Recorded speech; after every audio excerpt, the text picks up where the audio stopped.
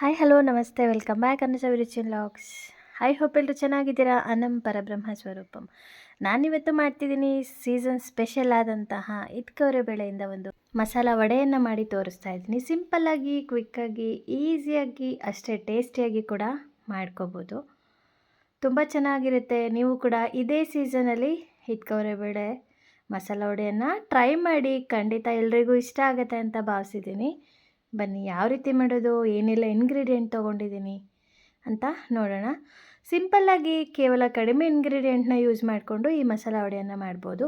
ಮೊದಲಿಗೆ ನಾನು ಅವರೆಕಾಳನ್ನು ಸುಲ್ಕೊಂಡು ಅದನ್ನು ನೀರಲ್ಲಿ ನೆನೆಸಿ ಕಾಳನ್ನು ಹಿಸುಕಿ ಅದನ್ನು ತೊಳೆದಿಟ್ಕೊಂಡಿದ್ದೀನಿ. ನೋಡಿ, ಒಂದು ಬೌಲಷ್ಟು ನಾನು ಗ್ರೀನ್ ಕಲರ್ ಇರೋವಂಥದ್ದೇ ಕಾಳುಗಳನ್ನ ತೊಗೊಂಡಿದ್ದೀನಿ, ಹಿತ್ಕವರೆ ಕಾಳುಗಳನ್ನ. ಇದನ್ನು ನಾನಿವಾಗ ಒಂದು ಮಿಕ್ಸಿ ಜಾರಲ್ಲಿ ದಪ್ಪ ದಪ್ಪ ಆಗಿ ಗ್ರೈಂಡ್ ಮಾಡ್ಕೊತಾ ಇದ್ದೀನಿ. ನಾವು ಕಡಲೆಬೇಳೆಗೆ ವಡೆ ಮಾಡಿದಾಗ ಯಾವ ರೀತಿ ಕಡಲೆಬೇಳೆನ ತರಿಯಾಗಿ ರುಬ್ಕೋತೀವೋ ನೋಡಿ, ಅದೇ ರೀತಿ ಇದನ್ನು ಕೂಡ ರುಬ್ಕೊಂಡಿದ್ದೀನಿ. ಸ್ವಲ್ಪ ದಪ್ಪ ಆಗಿ ರುಬ್ಕೊಂಡಿದ್ದೀನಿ. ನಾನು 2 ರೌಂಡ್ ರುಬ್ಕೊಂಡಿದ್ದೀನಿ ಇದನ್ನು.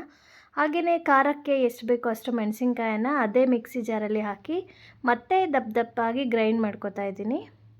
ನೋಡಿ, ಈ ರೀತಿ ಮಾಡ್ಕೊಂಡು ಆದಮೇಲೆ ಒಂದು ಬೌಲ್ಗೆ ಶಿಫ್ಟ್ ಮಾಡ್ಕೊಂಡಿದ್ದೀನಿ. ಇವಾಗ ನಾನು ರುಚಿಗೆ ತಕ್ಕಷ್ಟು ಉಪ್ಪನ್ನು ಸೇರಿಸ್ಕೊತಾ ಇದ್ದೀನಿ.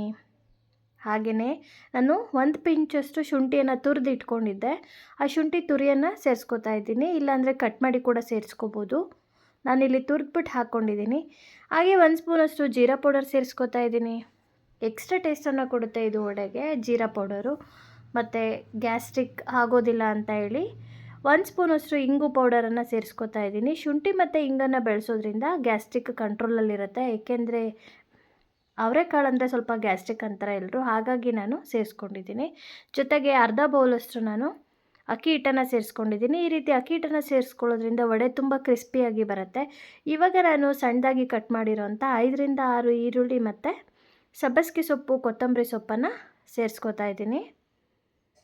ಕ್ವಾಂಟಿಟಿಯನ್ನು ನೋಡಿಕೊಂಡು ಎಷ್ಟು ಬೇಕಷ್ಟು ಸೇರಿಸ್ಕೊಳ್ಳಿ, ಏಕೆಂದರೆ ಉಂಡೆ ಮಾಡಲಿಕ್ಕೆ ಬರಬೇಕು ಇದು.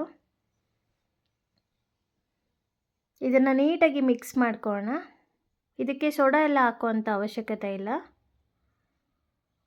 ನೀರು ಕೂಡ ಬೇಕಿಲ್ಲ ಇದಕ್ಕೆ. ಈರುಳ್ಳಿ ಮತ್ತು ಬೇಳೆ ಏನು ರುಬ್ಕೊಂಡಿದ್ದೀವಿ ಅದರಲ್ಲೇ ನೀರಿನ ಅಂಶ ಸಾಕಷ್ಟೇ ಇರುತ್ತೆ. ಸೊ ಹಾಗಾಗಿ ಕಲಿಸ್ಕೊಳ್ಳೋಣ. ನೀಟಾಗಿ ಕಲಿಸ್ಕೊಂಡು ಮೀಡಿಯಮ್ ಸೈಜಲ್ಲಿ ಉಂಡೆಗಳನ್ನ ಮಾಡಿಕೊಂಡು ಒಂದು ಪ್ಲೇಟಲ್ಲಿ ಎತ್ತಿಟ್ಕೊಳ್ತಾ ಇದ್ದೀನಿ. ಆವಾಗ ಆಯಿಲ್ಗೆ ನಾವು ತಟ್ಬಿಟ್ಟು ಹಾಕೋದಕ್ಕೆ ಈಸಿ ಆಗುತ್ತೆ.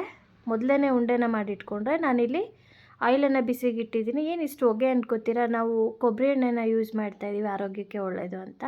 ಸೊ ಇದು ಸ್ವಲ್ಪ ಹೊಗೆ ಜಾಸ್ತಿ ಇರುತ್ತೆ ಫ್ಲೇಮಲ್ಲಿದ್ದಾಗ, ಬಟ್ ಆರೋಗ್ಯಕ್ಕೆ ತುಂಬ ಒಳ್ಳೆಯದು. ಯಾವುದೇ ರಿಫೈನ್ಡ್ ಆಯಿಲ್ನ ಯೂಸ್ ಮಾಡ್ತಾಯಿಲ್ಲ. ಇದನ್ನು ನಾನು ಮೀಡಿಯಮ್ ಫ್ಲೇಮಲ್ಲಿ ಇಟ್ಕೊಂಡು ಡೀಪ್ ಫ್ರೈ ಮಾಡ್ಕೋತಾ ಇದ್ದೀನಿ. ಏಕೆಂದರೆ ಹೈ ಫ್ಲೇಮ್ ಇಟ್ಟರೆ ಮೇಲೆ ಎಲ್ಲ ಸಿದೋಗಿಬಿಡುತ್ತೆ, ಒಳಗಡೆ ಬೆಂದಿರೋದಿಲ್ಲ.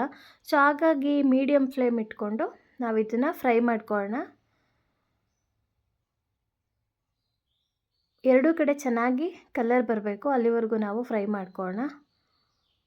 ಫ್ಲೇಮು ಅಷ್ಟೇ ಕಡಿಮೆಯಲ್ಲೇ ಇರಬೇಕು. ಆವಾಗ ಒಳಗಡೆ ಕೂಡ ನೀಟಾಗಿ ಬೇಯುತ್ತೆ, ವಡೆ ಕೂಡ ಕ್ರಿಸ್ಪಿಯಾಗಿ ತುಂಬ ಚೆನ್ನಾಗಿ ಬರುತ್ತೆ. ನೋಡಿ, ವಡೆ ತೆಗಿತಾ ಇದ್ದೀನಿ, ಚೆನ್ನಾಗಿ ಬಂದಿದೆ. ಇಷ್ಟು ಬಂದರೆ ಸಾಕು. ಹಾಗೆ ನಾನು ಇನ್ನೊಂದು ರೌಂಡ್ ಕೂಡ ಹಾಕೋತಾ ಇದ್ದೀನಿ. ಯಾರೆಲ್ಲ ನನ್ನ ಚಾನಲ್ ಸಬ್ಸ್ಕ್ರೈಬ್ ಮಾಡದೆ ನೋಡ್ತಾ ಇದ್ದೀರಾ, ಸಬ್ಸ್ಕ್ರೈಬ್ ಮಾಡ್ಕೊಂಡು ನೋಡಿ. ಪಕ್ಕದಲ್ಲಿರೋಂಥ ಬೆಲ್ ಐಕನ್ ಕ್ಲಿಕ್ ಮಾಡಿ ನನ್ನ ಎಲ್ಲ ವಿಡಿಯೋ ನೋಟಿಫಿಕೇಷನ್ ಕೂಡ ನೀವು ಪಡಿಬೋದು.